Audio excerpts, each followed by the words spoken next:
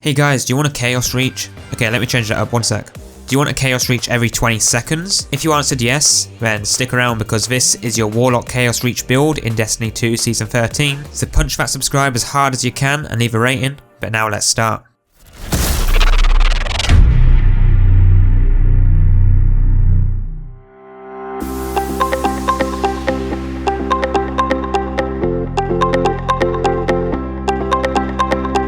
Now with this build, we're going to get our super within 20 to 30 seconds depending on the activity. Now I'm going to quickly mention that this is for PvE and not PvP, and I am aware that Chaos Reach had a nerf in PvP, but I never got around to making a Chaos Reach build, so here it finally is. And I'll take you through my full build guide with some additional recommendations if you want to see some other ideas. Now if you've been following along with my build series, you'll know that we're starting with the Loadout, so for this one we are using Bad JuJu, and I do have a weapon review / breakdown of Bad JuJu that I posted this week. So if you want to see that, then there'll be a card to it on screen in the top right. But this is the weapon we are going with because we are a super build, and this will help give us that midway super energy. And how this build works is that after your first super, you'll throw a grenade, which will get you up to half of your super back. Then you'll get a few kills with Bad JuJu, or a weapon like Bottom Dollar that rolls with a fresh perk, which will give you super energy, and within a few kills, you'll be at around 80% of your super, and then just sprint to the finish. No, but seriously, I mean, just go for a quick run and you'll have your super. Overall, you'll get your super within 20 to 30 seconds usually, so go with Bad JuJu or a weapon that has a fresh perk, but your ideal choice here if you want to maximize your super energy gains would be to go with Bad JuJu. But for the subclass, throw on that Arc Middle Tree Chaos Reach, also known as Attunement of Control, which comes with its Ball Lightning melee and Pulse Wave, where being critically wounded triggers an energy wave that boosts you and your allies' speed, but more importantly,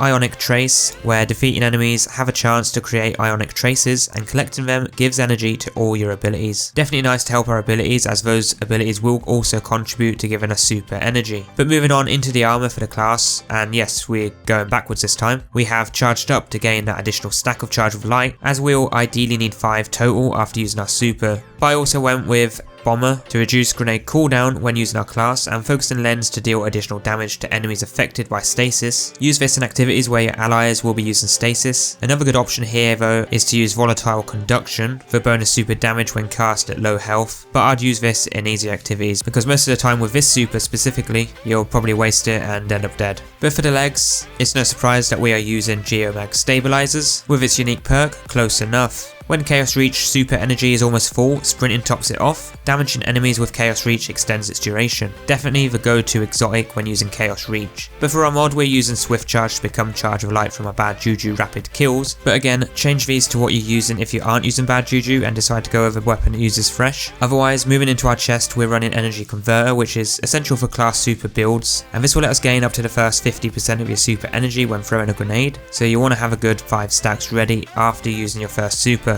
And you should also know that you can throw grenades when your super is after the halfway mark, and you won't lose those stacks, so don't be afraid to use it if you need to for any reason. However, alongside that mod, we are using a few damage resistant mods as usual, but for the gauntlets, throw on that supercharged Charge of Light mod to get our stacks totaling up to 5, and an impact induction to reduce our grenade cooldown when using our melee attack, as you'll want to have your grenade ready at all times after using a Chaos Reach to get that first half of the super energy back. Now finally for the helmet, I went with Taking Charge to become Charge of Light on all pickups, because we'll be generating a lot of orbs with our Bad JuJu, and it's just another good source to get our 5 stacks quicker, although it's not essential as you only need to get 5 stacks once per super, so you could switch this out to suit your preference or decide to just pick one Charge of Light mod. Next though, we have the hands-on for bonus super energy on melee kills. Definitely another good one there, as everything all adds up and contributes to getting our super in that 20 seconds. And for the stats, Max Discipline is what you'll want for those grenades. I wouldn't go full out all intellect, as you're getting it fast enough without it, and having it maxed out probably won't make a major difference and it'll just be a waste. Now overall for this build, I'd definitely rate this up there to a 9 out of 10, if not an actual 10 out of 10, as this build is really fun to use and you get your super so quick in those minor activities. Ideally the way you would use this build is in casual activities like your strikes, gambits, seasonal activities, master nightfalls, empire hunts and all that stuff, but probably not a grandmaster nightfall, as there's always better options. Anyway, that's all for this one. Next you should check out my other Warlock builds, or any of my builds. I have an entire playlist which is linked below that you can check out if you want. But for now, give this one a try, drop a rating, comment, subscribe, and of course share, and I'll see you all tomorrow for my new Hunter Arc build, and trust me,